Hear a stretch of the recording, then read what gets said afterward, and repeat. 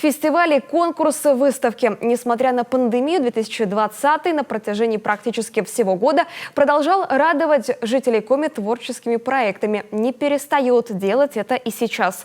Напомним, на прошлой неделе стартовал фестиваль «Зарни Джиджиас». Примечательное выступление молодых танцовщиков. О том, что такое современная хореография, Виктория Денисова.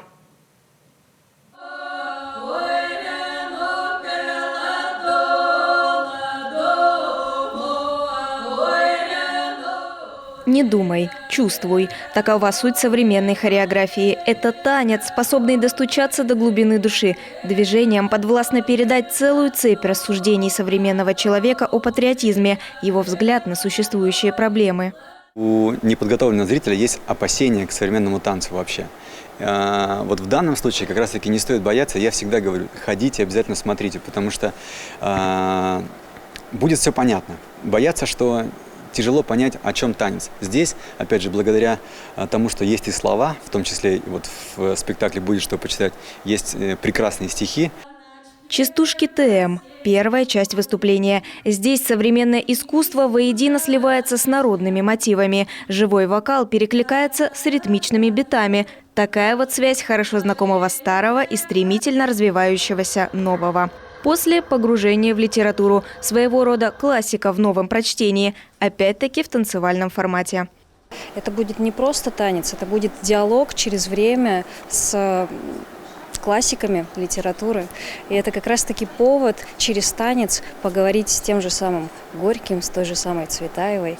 И вот такое через время, через расстояние, через все вот эти вот века выстроить как раз-таки нашу связь и увидеть ее. Важные события происходят и вне сцены. Вопрос места современной хореографии в искусстве стоит не первый день. Сегодня за счет своей новизны и порой нестандартного подхода к изображению привычных вещей она выходит на передний план. Современная хореография за несколько десятилетий она трансформировалась, и сегодня она как бы интегрирована в этот процесс театральный очень-очень глубоко.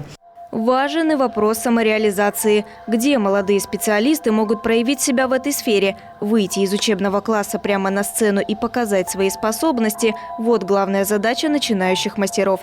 Благодаря фестивалям появляется такая возможность.